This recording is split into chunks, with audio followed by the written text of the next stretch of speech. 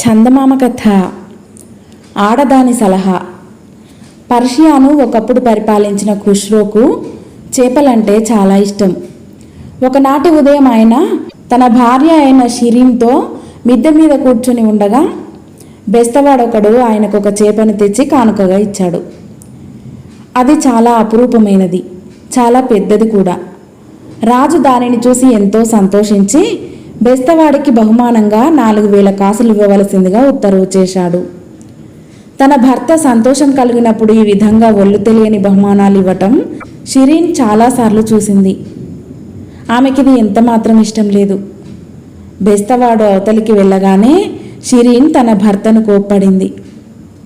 ఒక్క చేపకు 4000 కాసులు బహుమానమా? ఇలా ఇవ్వటం మొదలు పెడితే రేపటి నుంచి ప్రతిదానికి అదే ప్రకారం ఇవ్వవలసి వస్తుంది. ఏదో మిషపెట్టి వాడికిచ్చిన డబ్బు తిరిగి తీసుకోండి అని అన్నది. ఇచ్చిన డబ్బు తిరిగి తీసుకోవటం కంటే రాజరికానికి తలవంపు మరొకటి ఉంటుందా? ఏదో ఈసారికి ఇలా పోనిద్దు అన్నాడు ఖుష్రో. అలా ఎంతమాత్రం వీలు లేదు. మన మర్యాదకు భంగం ఏమీ కలగకుండానే ఇచ్చినది పుచ్చుకోవచ్చు. నేనొక ఉపాయం చెబుతాను వినండి. బెస్తవాన్ని వెనక్కు పిలిపించి ఈ చేప మగదా ఆడదా అని అడగండి. అది మగదని వాడు అన్నట్టాయనా? మగది అక్కర్లేదు, ఆడచేప కావాలని ఈ చేపను వాడికి తిరిగి ఇచ్చేయండి. అది ఆడదేనని వాడంటే మగచేప కావాలని అనండి అని షిరీన్ భర్తకు నమ్మకంగా సలహా ఇచ్చింది. ఖుష్రోకు తన రాణిపై చాలా మక్కువ. ఆమెకు అసంతృప్తి కలిగించటం ఆయనకి ఎంత మాత్రమూ ఇష్టం లేదు. అందుచేత ఆయన తన మనసు బాధపడుతున్నప్పటికీ బెస్తవాన్ని వెనక్కు పిలిపించాడు. ఏమోయ్, ఈ చేప ఆడదా మగదా అని అడిగాడు ఆయన. బెస్తవాడు రాజుకు వంగి సలాము చేసి, హుజూర్, ఈ జాతి చేపలలో ఆడా మగ లేదు. ప్రతి చేప దేనికదే గుడ్లు పెట్టి పిల్లలు పొదుగుతుంది అన్నాడు.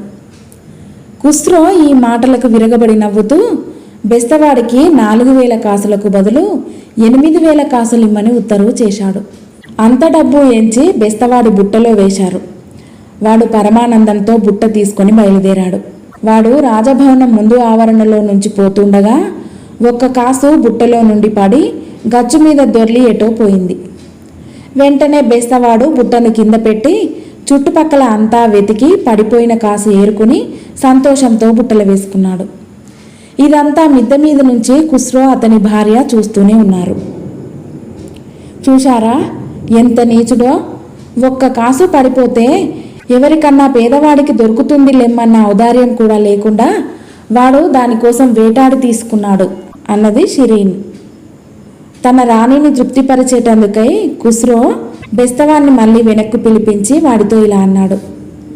ఓరి పరమనీచుడా, ఒక్క వెండి కాసు పడిపోతే అది ఏ పేదవాడికైనా దొరుకుతుంది లెమ్మనుకోకుండా బుట్టెడు కాసులు అవతల పెట్టి దానికోసం అంత కష్టపడి వెతికావే, నీ అత్యాశను ఏమనాలి అని అన్నాడు.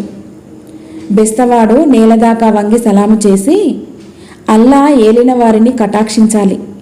ఒక్క కాసు పోయినందువల్ల నాకు దారిద్ర్యం వస్తుందని నేనెన్నడూ అనుకోలేదు. నా దృష్టిలో ఆ కాసు పవిత్రమైనది. దాని మీద ఒకవైపున రాజుగారి ముద్ర, రెండో వైపున ఆయన పవిత్ర నామము ఉన్నాయి. అది నేల మీద పడి ఉంటే ఎవరైనా చూడక తొక్కుతారేమోనని భయపడ్డాను. హుజూర్ వారు మట్టిలో నుంచి కాసు విలువ చేయని బెస్తవాన్ని ఏరగాలేంది నేను మట్టిలో నుంచి ఒక్క కాసు ఏరటంలో వింత ఏమిటి అన్నాడు వినయంగా. వాడి తెలివితేటలకు ఖుష్రో పరమానంద భరితుడై వాడికి మరి 4000 కాసులు అదనంగా ఇప్పించి పంపేశాడు. ఈ వింత సంఘటనతో ఖుష్రోకు ఆడవాళ్ల సలహాలను పాటించటంలో ఉన్న ప్రమాదం అర్థమైంది.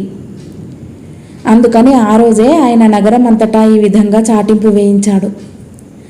ఆడదాని సలహా ప్రకారం ఎవరూ నడుచుకోవద్దు. వారి సలహా విన్నట్టయితే సగం పొరపాటును దిద్దుకోవటానికి 2 పొరపాట్లు అదనంగా చేయవలసి వస్తుంది అని. కథ సమాప్తం.